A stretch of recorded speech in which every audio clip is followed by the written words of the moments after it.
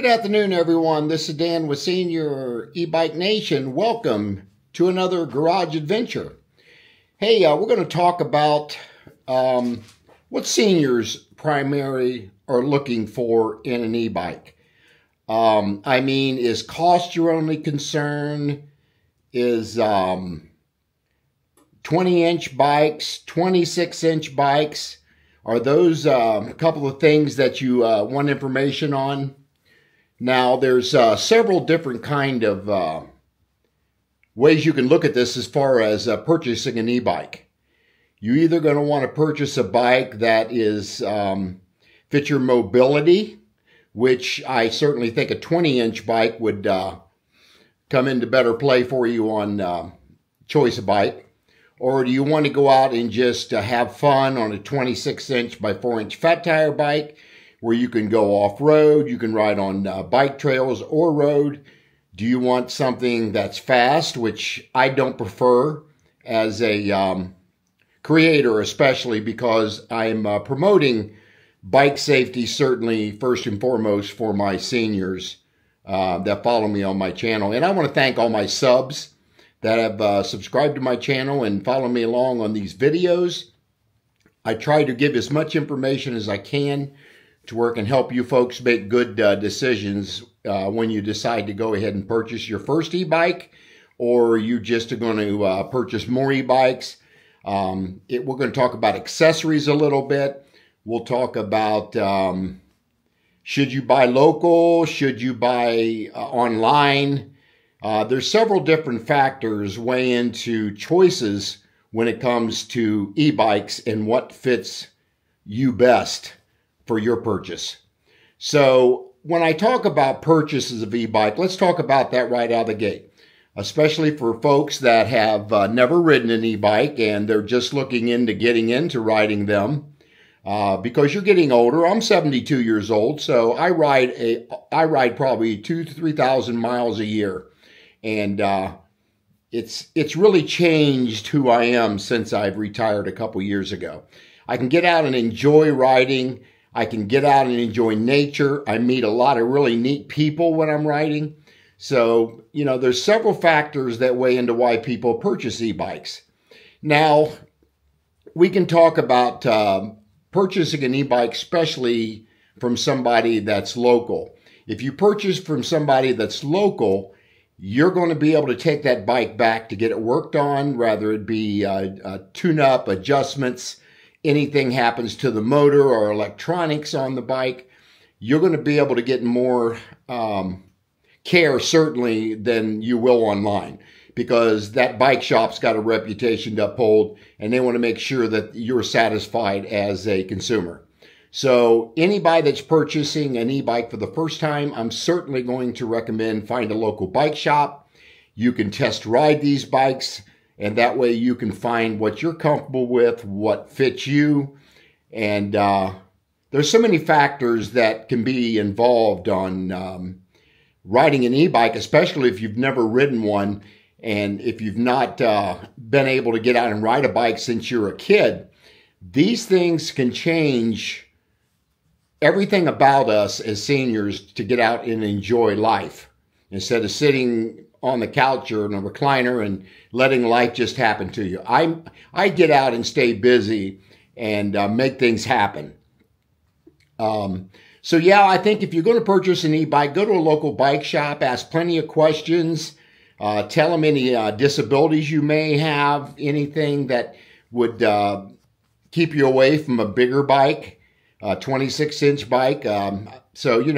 Most bike shops today have 20 and 26-inch bikes. They have step-throughs. They have mid-step-throughs. They got step-overs, which you almost have to cross your leg completely over the saddle to get on the bike. And there's so many new bikes coming out on the market now that it's hard for me and other creators to really keep up with the market now, because they're just I wouldn't say a glut of manufacturers, but there's certainly more on the scene now than there was, say, 2 years ago. Now, I personally have about 9 or 10 in my garage now, back behind this screen here that you'll see, or this backdrop. I have all my bikes, and I can still get both my vehicles in the garage, so that's pretty good. But yeah, I mean, there's several good brands out there, and I've seen budget bikes for $999 that I would highly recommend to somebody. I mean, if you want me to put links down in a following video on this, I will do that for you. But yeah, there's a lot of budget bikes that I give high marks for after riding them and testing them and hill climb test with them and range test on them. And there's a couple bikes out there that I think fits that bill for sure. And then if you're going to want to just get out and get off-road or, get out and ride on the road, you're going to want a bike that maybe can do up to 28 mile an hour because you want to kind of get in somewhat of the flow of the traffic. So I would say either a 20 or a 26, and you're going to want something that maybe goes to 28 mile per hour. Now, fortunately, in our city, we have a lot of bike lanes that they're creating, shall I say, on some main roads that I ride on now, and it's getting better every day as far as new bike lanes that are being installed. So we're way behind the curve over Europe in some of those countries because their whole infrastructure was basically built around bikes. They didn't have as much area and space that we have where we have, cars can just about go anywhere. Some countries, that's not possible. So that's where e-bikes have really filled that void for space as far as infrastructure. So, yeah, and I think if you're going to also look for a bike, you're going to want to look at some really important factors. Battery size is important. I tell people if you're going to buy an e-bike, you're basically buying a battery and the bike is free. Now, you can believe that or not, but I'm telling you, these batteries are not inexpensive. But they're coming down in price a little bit, I think, from a lot of the secondary battery manufacturers out there. But if you're going to purchase a good battery, make sure it's got good cells in it. There's usually the norm is 36 volt, 48 volt, 52 volt, and then there's also 60 volt I'm seeing on the market now.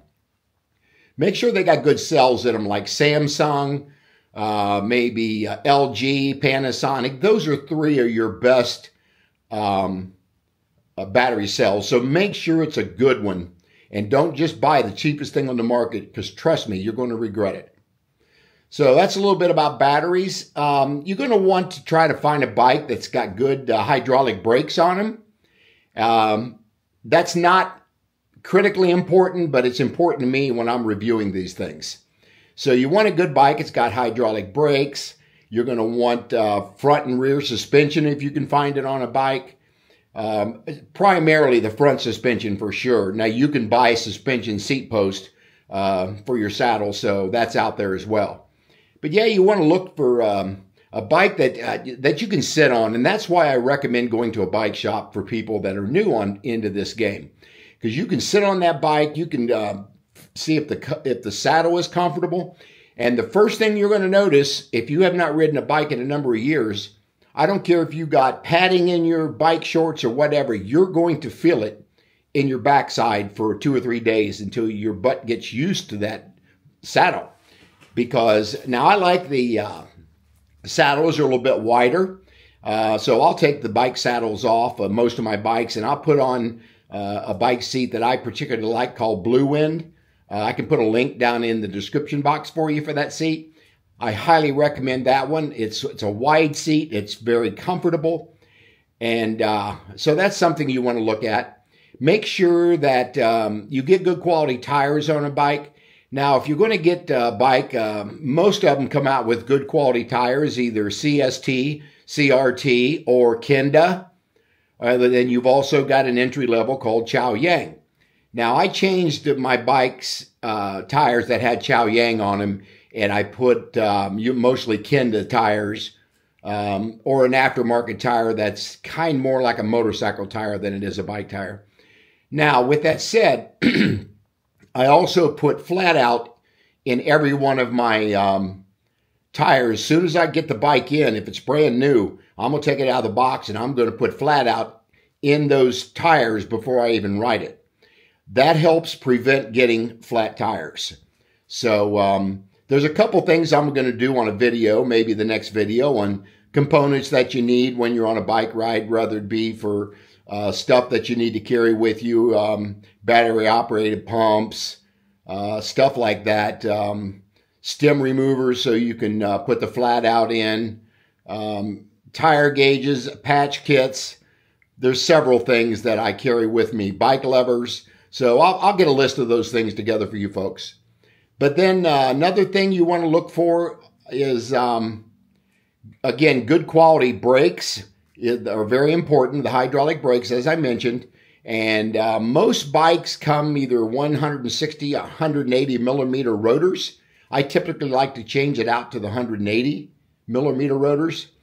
They're a little thicker than the 160s, and it'll give you more stopping power, shall we say. So them are some of the things you want to look for. But bikes can typically run up to $3,000. That seems to be the norm, $950 to $3,000. Now, a sweet spot range, I think, is between $1,300 to $1,500 is going to be a fairly decent quality bike. Now, there are several bike manufacturers out there that I work with. Cyrusher is one that I review several of their bikes. They're a good company. They have some step-through models. They've got 26-inch fat tire bikes. So that's one company. There's several other companies out there. Blix, Rad. There's just a few. Juiced and Electric. That's coming. That company is really coming on the scene. And I hear Electric has really good customer service. So you're also going to want to check the reviews when you buy an e-bike. See what the reviews are telling you on customer service, because if you bought that bike and it was shipped from China, good luck trying to get support. It's almost impossible. And any other content creator, they're going to pretty much tell you the same thing. Now, you can take a bike to some bike shops and they will work on them, but primarily they really don't want to work on the electronics on a bike. So keep that in mind. So anyway, I just wanted to touch bases a few things about bikes. Unfortunately, the bike manufacturers now are making much faster bikes, and that is not what we want to see as seniors. I don't want a faster bike. I want a bike that's got dependability. I want good components on it, and I want good customer service, and I want range on the bike. I want to see a bike that I can do longer rides. I've got one particular bike called an Anioki AQ177 that it'll get you 100 miles plus on one charge of the battery. I did 100 miles and still had 25% of the battery left in pedal assist 3. Now, you need to learn about what the pedal assist, torque sensors, cadence sensors. The difference between cadence and torque sensors, the cadence sensor usually is set in the display or the controller that once you get to a certain speed, that thing will pretty much take over at that wherever you have that set at on that bike. Now, typically 8 to 9 mile an hour in pedal assist 1 is good. Usually 10 to 12 mile an hour on pedal assist 2. And then when you get to about pedal assist 3, you're up around 14 to 15 mile an hour. And then pedal assist 4, you're probably closer to 20. And then pedal assist 5, it can be up to 28 mile an hour. Now, we got to remember with the cadence sensor, once you get to pedal assist 3, beyond that, and you start pushing those pedals, you're going to ghost pedal, which means you're not keeping up with the pedals. That's the downside of a cadence sensor. With a torque sensor on a bike, which I highly recommend people that if you want better exercise, better leg workout, and burn more calories, look to getting you a torque sensor bike. They may cost you a little bit more, but you're going to be glad that you made that decision. With torque sensors, you have to put pressure into those pedals as you're pedaling. That tells that controller to put more power to the motor. And if you don't pedal as hard, you're not going to get that. So, and it's not that you're pedaling hard, but once you get up to be 15 to 18 mile an hour, you're not ghost pedaling either. You're still been able to work out and turn your pedals and get a better workout with a torque sensor bike than you are a cadence sensor. But anyway, that's all I want to touch on for today. I want to thank you guys for watching the video. Put anything down in the comments section that you would like to see. And then I'll check with some manufacturers. What are some of the questions you have about e-bikes as a senior? And then I'll see if I can get you some answers for that. And so, yeah, I want you guys to share, like, hit that subscribe button, hit that bell notifications, and I will see you guys on the next video.